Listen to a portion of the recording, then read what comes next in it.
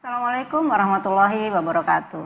Selamat sore pemirsa, bahagia sekali hari ini saya kembali hadir menemani Anda dalam program Inspirasi. Program yang menghadirkan orang-orang pilihan yang sosoknya banyak memberi makna dan nilai-nilai bagi kehidupan kita semua. Perjalanan hidup, karya, prestasi, dan dedikasi mereka syarat dengan inspirasi. Selama 1 jam ke depan, saya Nani Itaufan akan mengajak Anda untuk menukil kisah-kisah inspiratif dari sosok yang akan kami hadirkan. Dan pada sore hari ini, saya mengajak Anda untuk berbagi inspirasi dengan yang muda yang istimewa. Lahir dari keluarga sederhana dengan cara berpikir yang juga sangat sederhana, pria kelahiran tahun 1977 ini berhasil meraih prestasi tertinggi yang menjadi impian bagi karir tertinggi pada dosen. Tidak main-main, sosok yang lahir dari ayah lulusan SEMEA dan ibu yang tidak lulus sekolah dasar ini sukses meraih gelar profesornya di usia 42 tahun. Ia mencatatkan diri sebagai profesor termuda Universitas Mataram. Perjalanan pendidikannya memang terbilang luar biasa.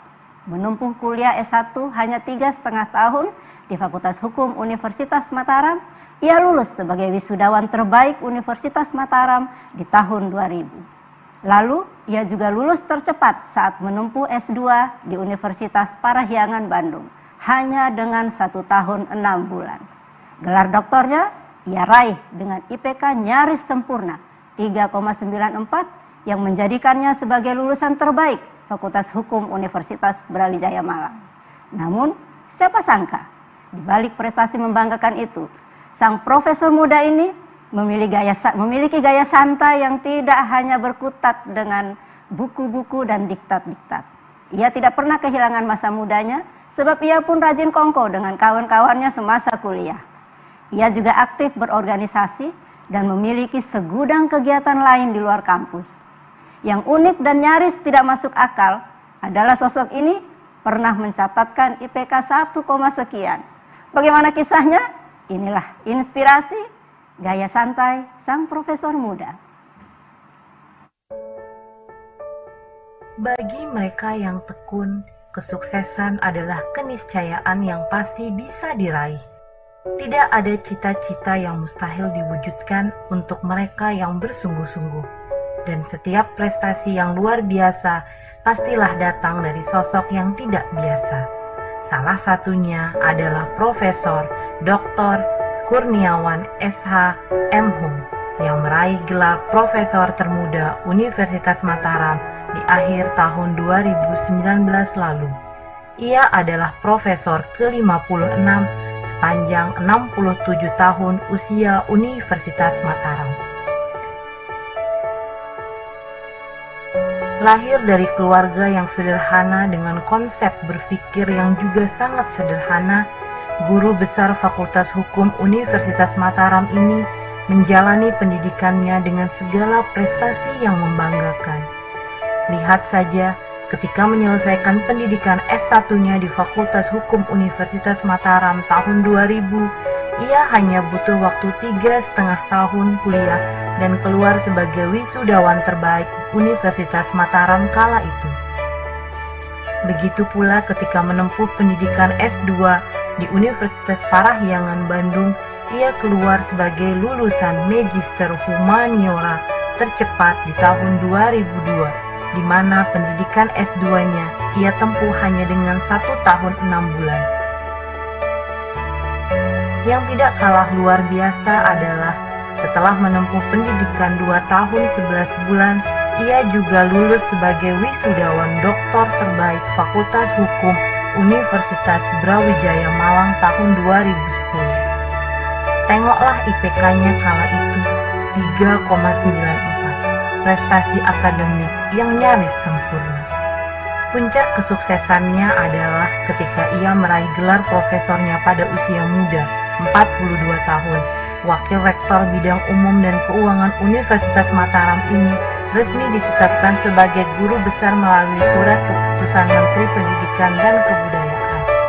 Hebatnya, jika banyak usulan untuk menjadi guru besar itu harus menunggu bertahun-tahun lamanya dengan sebab sulit dan rumitnya persyaratan yang dibutuhkan, Profesor Kurniawan hanya menunggunya tidak lebih dari 4 bulan.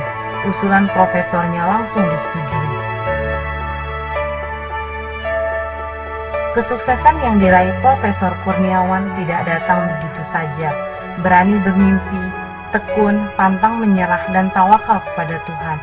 Itulah kunci yang selalu dipegang oleh profesor muda kelahiran Ranggagata, Lombok Tengah, 3 Maret 1977. Namun ada kisah yang nyaris tak masuk akal di balik kesuksesan sang profesor muda. Di awal kuliahnya di Fakultas Pertanian Universitas Mataram, ia hanya peroleh IPK 1, prestasi yang tak patut dibanggakan. Namun ketika memutuskan kembali mengikuti tes dan lulus di Fakultas Hukum Universitas Mataram, ia sempat terkaget menemukan dirinya mampu memperoleh IPK 3,8. Inilah titik balik dalam hidup profesor yang rajin menulis di jurnal nasional maupun internasional ini. Yang unik dari kesuksesan sosok ini adalah ia tetap tampil biasa, gaya santai sang profesor muda ini. Peluh keringat ayah dan ibunya inilah yang menjadi semangat bagi Profesor Kurniawan untuk meraih pendidikan dan gelar setinggi-tingginya.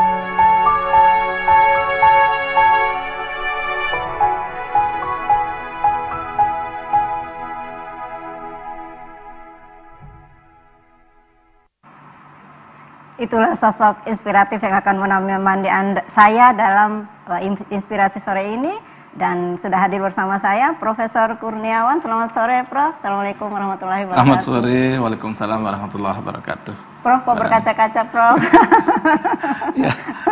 ya, ingat saja sama orang tua. Okay.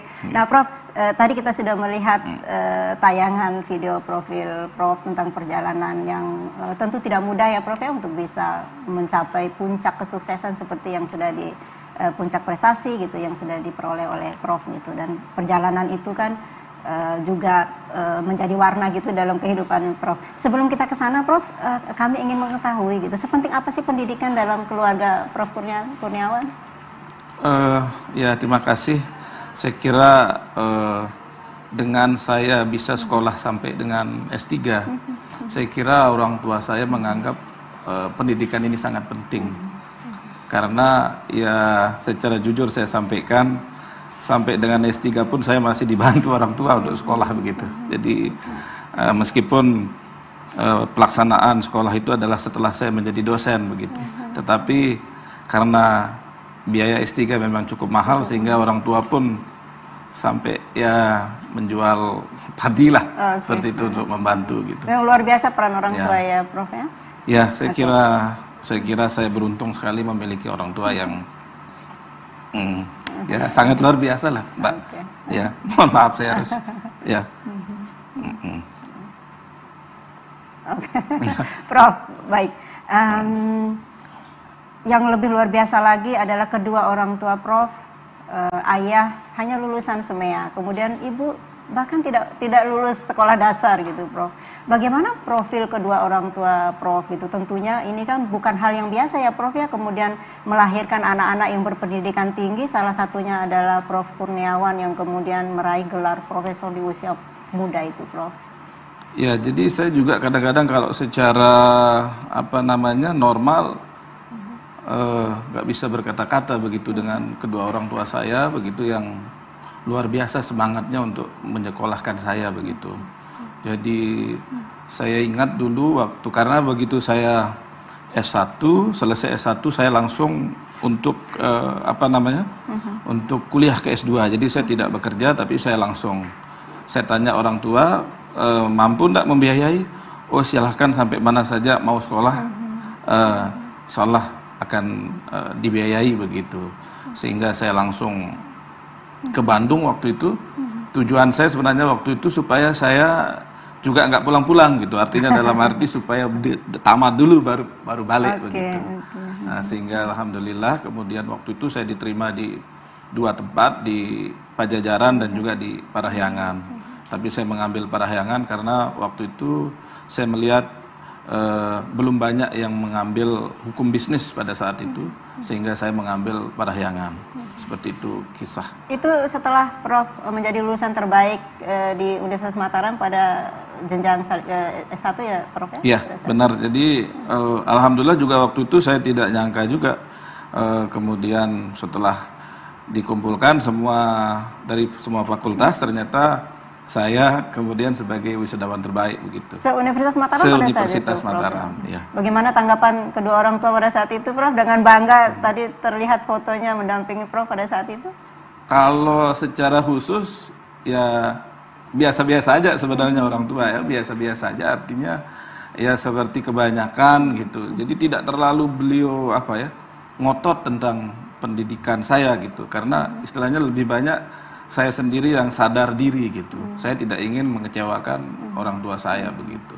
Sehingga paling nanti saya sampaikan bahwa tolong kirimkan uang IP saya sekian gitu. Terus bapak saya udah langsung gitu kan. Saya dengar cerita dari ibu gitu. Bagaimana kalau sudah saya sampaikan seperti itu, beliau seolah-olah seperti penuh semangat ya, gitu penuh ya, semangat begitu. Nah, kalau di rumah sendiri masa-masa kecil Prof dan saudara-saudara itu gimana cara orang tua mendidik itu, Prof? Apa misalnya pada saat sekolah kemudian menemani belajar atau justru lebih sibuk untuk bekerja untuk apa namanya bisa membiayai sekolah-sekolah saudara-saudara Prof juga? Jadi pada saat saya kecil, saya kan ada 2 adik, 3 bersaudara. Alhamdulillah yang nomor 2 juga S2, dia ada di Bank NTB saat ini. Kemudian yang kecil juga sarjana begitu. Nah pada saat itu sebenarnya orang tua saya tidak pernah spesial, artinya khusus memberikan pendidikan untuk sekolah terutama, karena beliau apa namanya seolah-olah dalam tanda kutip mengancam saya begitu. Artinya kalau nggak mau sekolah ya sudah nggak usah gitu. Nggak usah, nanti kamu sendiri yang akan apa namanya rugi gitu. Nanti kamu sendiri yang akan mengalami gitu. Jadi tidak ada yang khusus gitu, nggak ada Mbak. Hanya saya disampaikan seperti itu karena memang kita di desa itu lebih banyak pendidikan agama sebenarnya. Karena waktu saya begitu saya pulang sekolah, maka dulu saya sempat lanjut sekolah suri itu di sekolah madrasah begitu. Kemudian ya malam pergi ngaji lagi begitu Mbak. Jadi hampir sampai dengan SD ya full seperti itu. Berlaku seperti biasa gitu aja ya? Ya berlaku seperti biasa, saya juga main itu juga ya sering.